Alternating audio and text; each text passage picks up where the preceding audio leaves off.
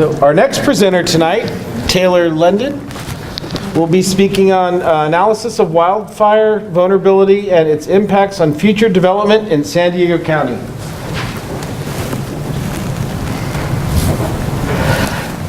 Hi, my name is Taylor Lundeen, and I'll be doing yet another presentation involving wildfire. I'm going to be analyzing the wildfire vulnerability for future development within San Diego County.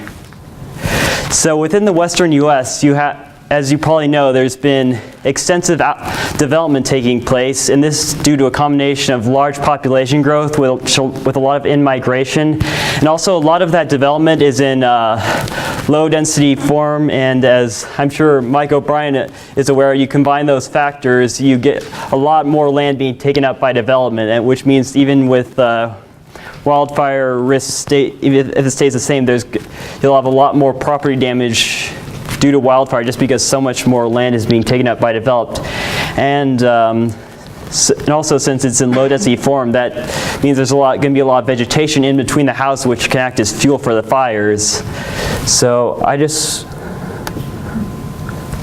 want to look into just the extent to which new development is vulnerable to wildfire. So my study area is San Diego County, and I chose this county because you have a combination of a large population which is very spread out, and you also have a lot of population growth expected in the future, but also because you have the combination of a relatively dry climate, but you also have lots of vegetation. You have a large presence of wildfire and also the Santa Ana winds. So because of this, even now there's been, as you're probably aware of, over the last decade, there's been extensive damage due to wildfire. In 1 year alone, in 2007, they had over 1,700 homes destroyed by wildfire. And with this new development plan in the future, this will only exacerbate the issue of wildfire risk.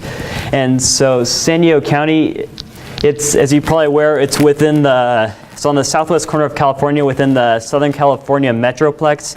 It's got about 3 million people. It's also got a great variety of different vegetation types with desert on the eastern slopes, a lot of dense forests in the mountainous areas in the middle, and a lot of grasslands on the coastal areas.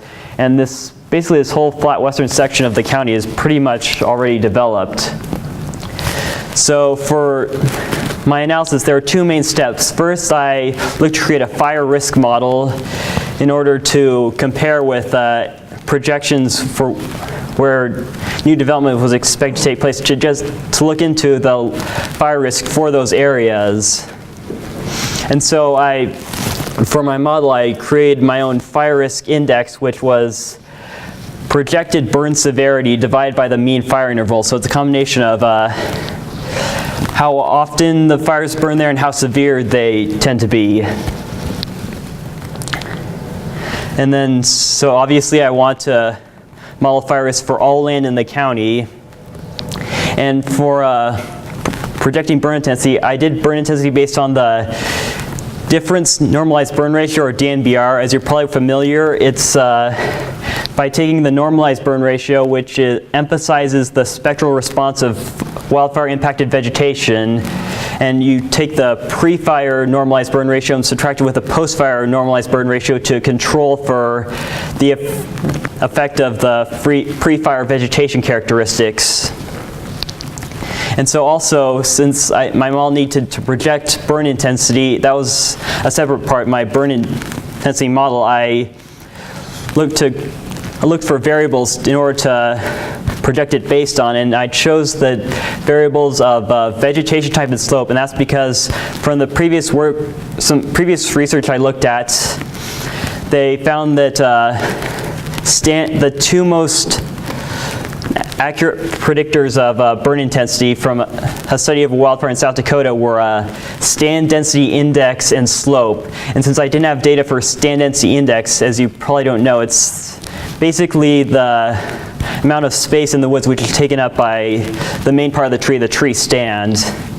And so I figured that the different vegetation types would probably have significantly different stand density index, so I just decided to project it based on vegetation type and slope. And so I need some sample data to figure out the correlation between these variables in order to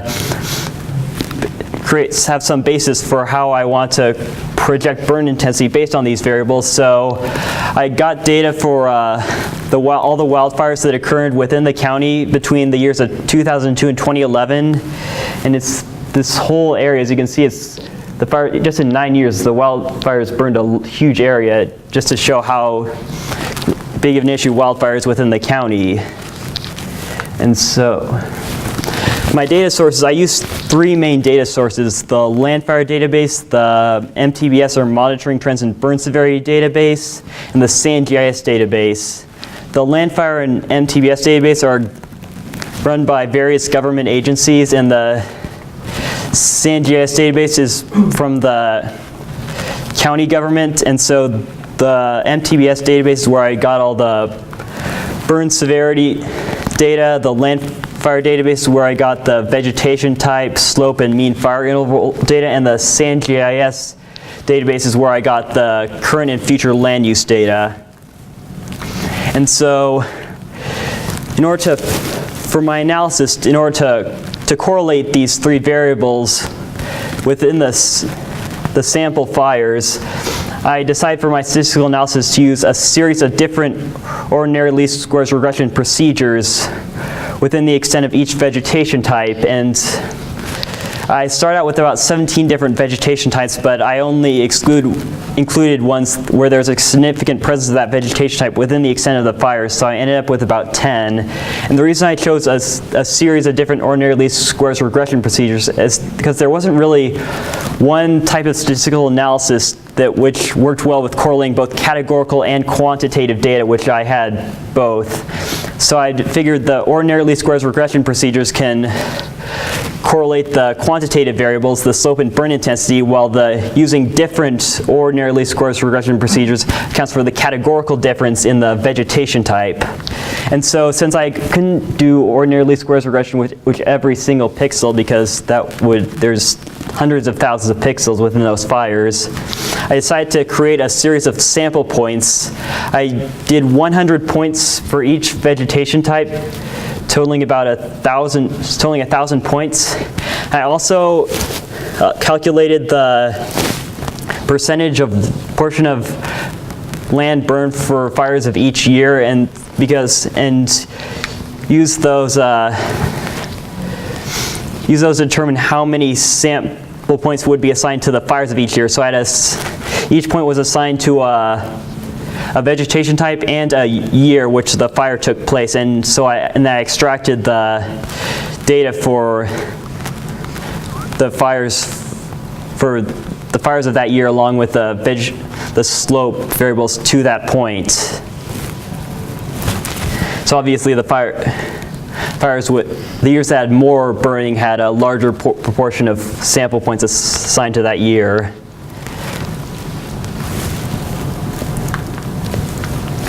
And then, so after I ran these different ordinary least squares regression procedures, I had a series of 10 different regression equations for each of the 10 vegetation types.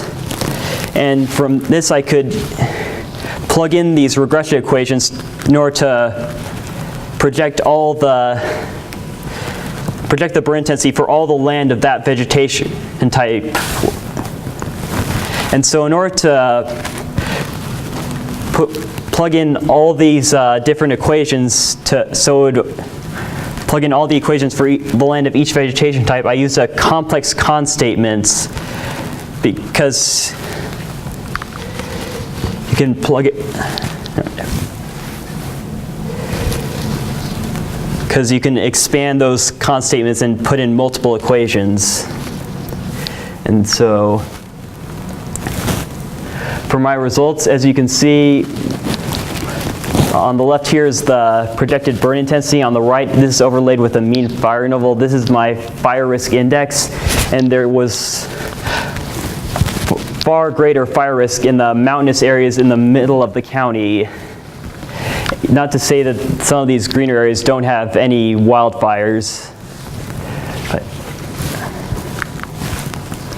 And so also, to figure out which areas had a planned future development taking place, first I had to take the data for the current and future land use types. I had a series of hundreds of different land use types, and so I had to classify each of the different land use types as either developed or undeveloped.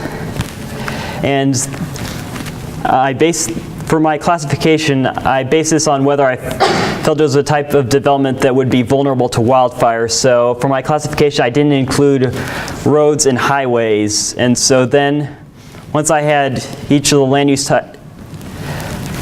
data classified as either developed or undeveloped for both the current and future land use, I could then overlay this data to see which areas are expected to become newly developed. As you can see, I was actually really surprised. It seems like there's a lot of new development which is expected to take place in the county, and a lot of that is in the mountainous areas in the middle of the county. So you would expect that those areas would be significantly vulnerable to wildfire, and I found out that was the case, because my analysis showed that over 30% of the areas of planned new development were in the 20% of the land that had the highest fire risk index based on my model. So I also want to look into specifically what types of development were planned to be built within these areas that were highly vulnerable to wildfire, because not all types of land development are going to be equally vulnerable to wildfire. If you have a lot of pavement and cement, for example, there's that development isn't going to be as susceptible to wildfire. But I found out that the great majority of that expected newly developed land within the high fire risk areas was expected to become spaced rural residential development, or also ex-urban development. So this would be a lot of houses loosely spread out throughout the countryside. And so this development would be highly vulnerable to wildfire because, as I said, you have lots of vegetation in between the houses, which could act as fuel for a wildfire. And so my results conclude that indeed within San Diego County it appears that there are significant portions of new development which will take place, which will be in areas highly vulnerable to wildfire. And can expect that other areas throughout the western U.S. are probably similar to this, because you have the same trends taking place. A lot of new development taking place within the urban wildland interface. And so this demonstrates the need to have accurate wildfire models for land use planning in order to determine either where to put restrictions on development, or where to inform people to take the most precautions on protecting their property from wildfire. And there are several additional measures which could be taken to make a wildfire model which is more accurate, but I didn't have time to do it. One is obviously using more variables. The one issue with that is you want to make sure you have variables that are highly correlated with burn intensity, and you want to make sure there's minimal correlation between the variables, because that would create redundancy. And another thing that could be useful is looking into burn severity using ground control data, because while DNBR is among the most accurate ways to predict wildfire from remotely sensed data, it's still subject to significant inaccuracy. So using a lot of ground control data could help you get an even more accurate burn intensity classification.